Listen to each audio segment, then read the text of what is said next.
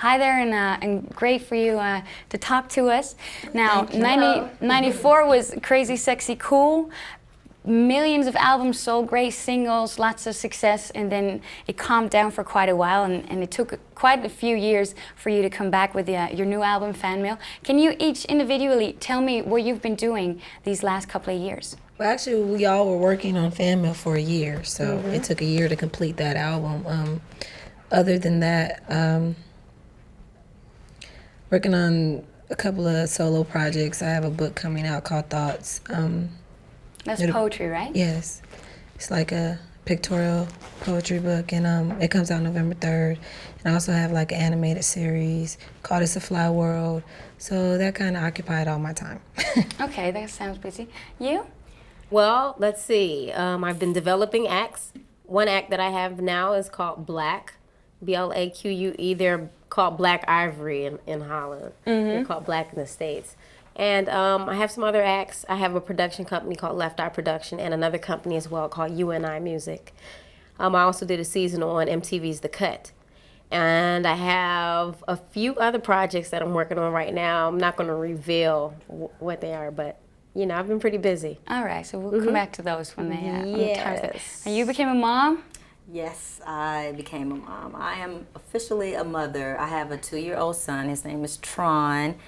And being his mom and in and out of the studio was like a lot for me. And I have a film coming out called Snow Day, starring Chevy Chase, and doing some other things. Did you all have to stop all the other projects, or are you still doing them on the side now that the new album's out and you're probably going to be busy with that? I mean, overall, TLC's first for every one of us, but downtime, I mean, we always take care of our other projects, but we still solely put TLC first. But I mean, you can still do other things. Right. Okay, so it's called FanMail. Obviously, for all your fans who've waited quite a couple of years for this to come out, who did you make it with? Who were the producers and the writers? Well, Dallas Austin, we always start off with him. Our main producer, he did 8 cuts.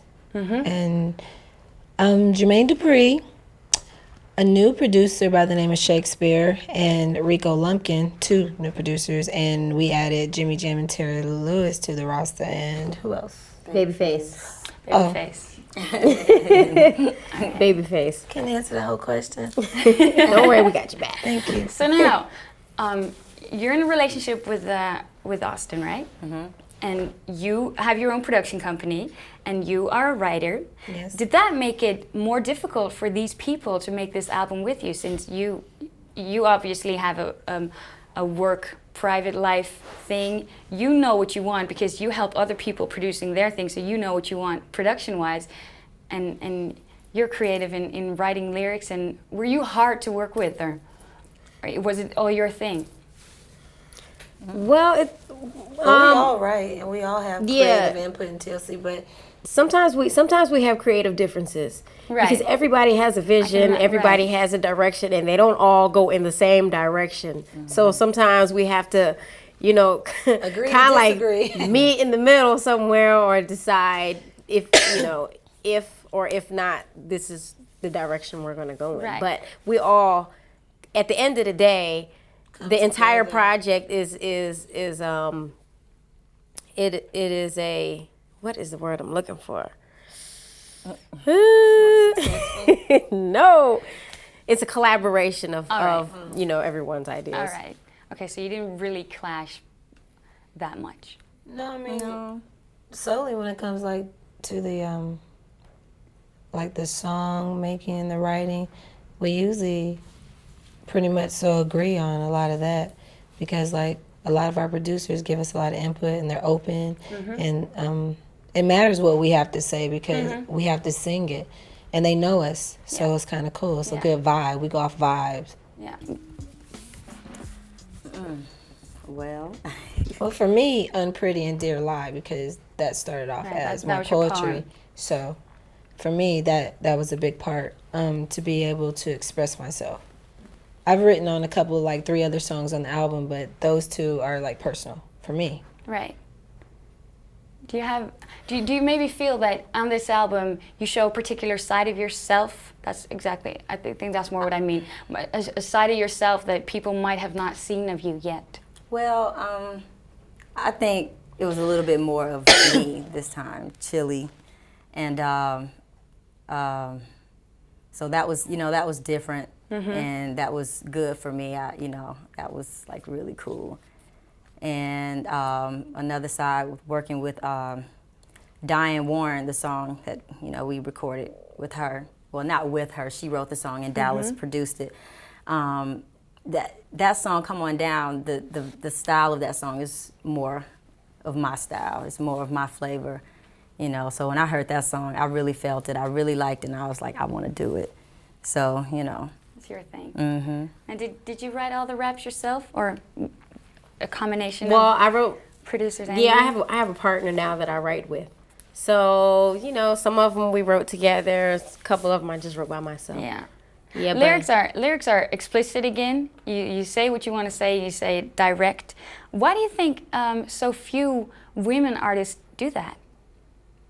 Do what? You don't really hear it. Well, you call things the way they could be called. You don't go around putting it in nicer words than you think necessary. But usually most artists make it prettier than it really is. Well, you don't seem to do that. You just we pretty much set the tone from the first project. So from today till 50 years from now, anyone who steps to TLC and wants to turn in some material, I mean, it's almost like they feel like they can just go overboard with us. Right. Like they will put, so it. much stuff in their lyrics, and they will feel like we are the group that can deliver, what they want to say if it's out there. So we get a lot of that. We know what we want, and we know what we want to say. And another thing is, all artists aren't like, I hate to say it, like real artists. Like some artists are kind of made like, they came to a record company and they taught them how to sing, how to dress, and dressed them up like a baby doll and said, here you go. We come to the record label and we say what we want it to look like, how we're going to dress, how we're going to sing. And our album's named FanMail, here it is. Yeah. So we know we're real artists. I have to say that. Real. Now, that directness has made people see you or call you feminists because you call things the way they are. Do you consider yourself feminists? Do you think you're doing something for womankind?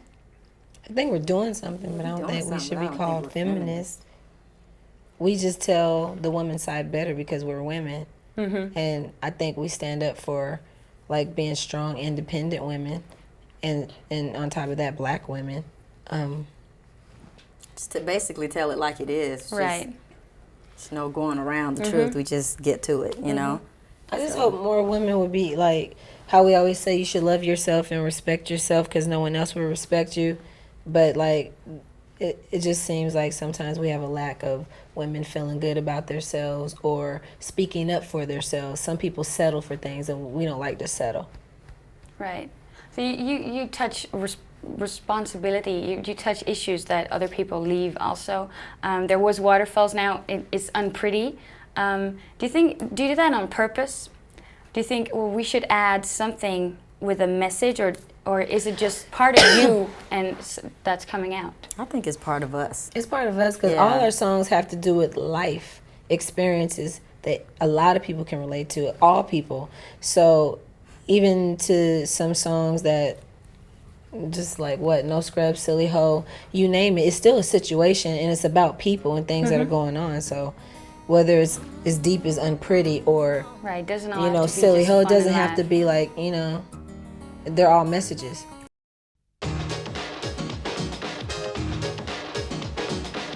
This is the Music Factory.